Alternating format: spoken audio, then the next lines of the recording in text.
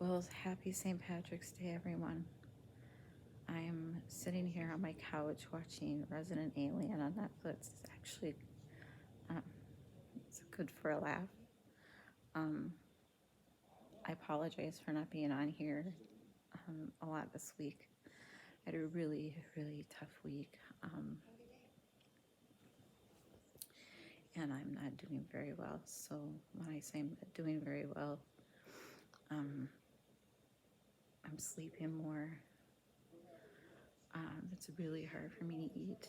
I was drained on Friday, but they took over 4 liters out of me, broke my record. I feel like the ascites is filling up faster. I did bring this to the attention of my doctor. They're going to move my appointment up from May to Tuesday. My MELD is at a strong 20.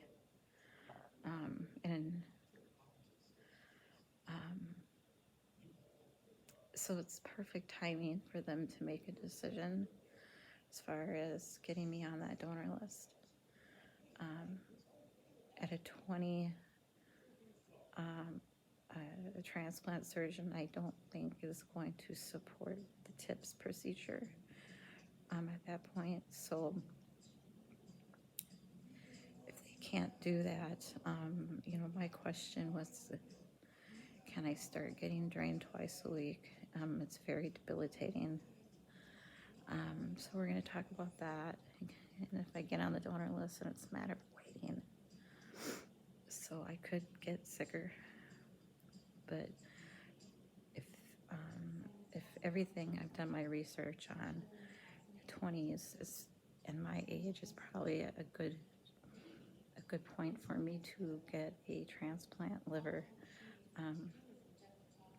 hopefully from a very healthy person, and as a match.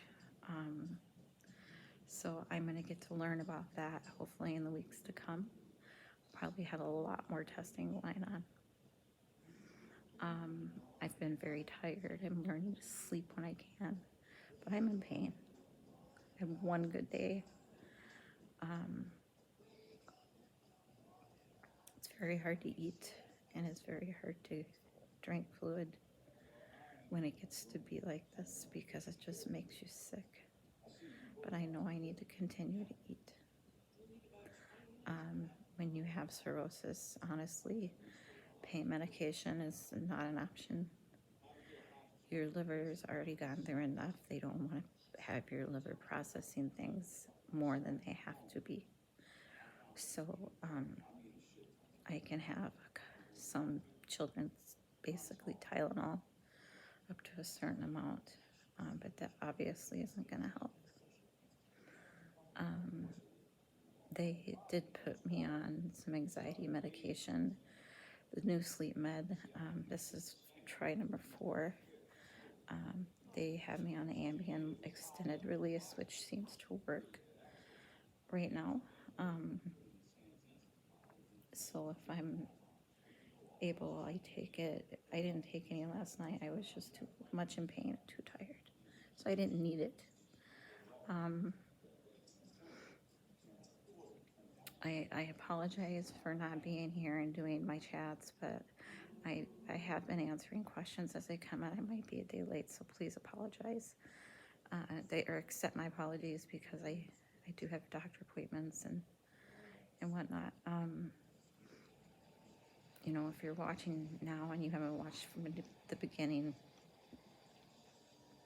this really started for me back in 2020. Not knowing what it was. I was sent away with, a fatty liver, and I was told to cut back on drinking. Okay, what does that mean, and turns out I have cirrhosis. So continue to send your questions my way.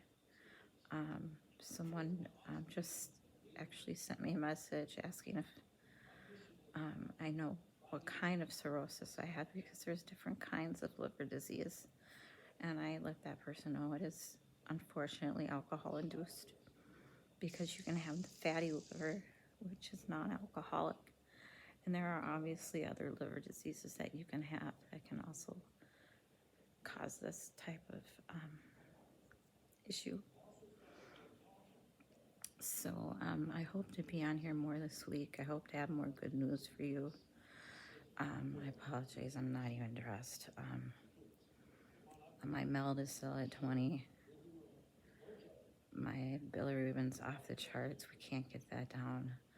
My salt intake for the most part this time was okay, but usually it's been low, which is not good, not a good sign. When you have cirrhosis, you're put on different meds to help balance out your sodium intake, some of the fluid retention and things like that. I can't count on my hands how many different meds I'm on, but I can certainly probably help answer your questions.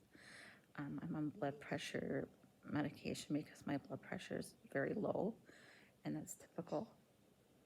It would be uncommon to see someone with cirrhosis with high blood pressure unless you have other health problems. But typically, if it's just cirrhosis, you float very low, like mine's 50. So mine is usually low. But if you have questions about meds, the only meds, I'm not a doctor. I can talk about the meds I've been on and what they do. I don't really have much more to say today. Got up at 4, went back to sleep for a couple hours at about 7. So I thank everyone for their support. We did find, I think, the perfect condos yesterday. Like I mentioned earlier, we're making some lifestyle changes. We're downsizing. Our kids are grown too, so we really don't need a big, huge home. It'll be easier for me to get around. Once I'm on the transplant list, I don't know how long that'll be. I don't know how sick I'm gonna get, but I pray it's not very long. A meld of 20 is probably perfect timing before I'm too sick.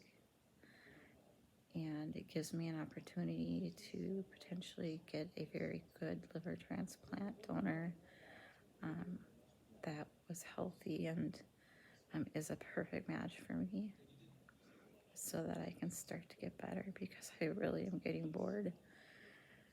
I try to do things and I have to sit down.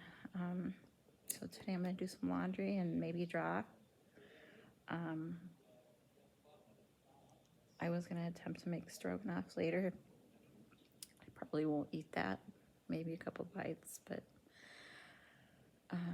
thank you everyone for your prayers. My whole family needs prayers. I need prayers. And if there's anyone on here that's going through this, please give a shout out.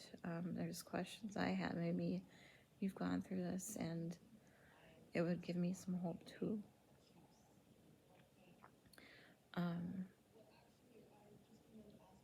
I'm getting a little scared, I'm not gonna lie. But right now I'm just trying to stay positive.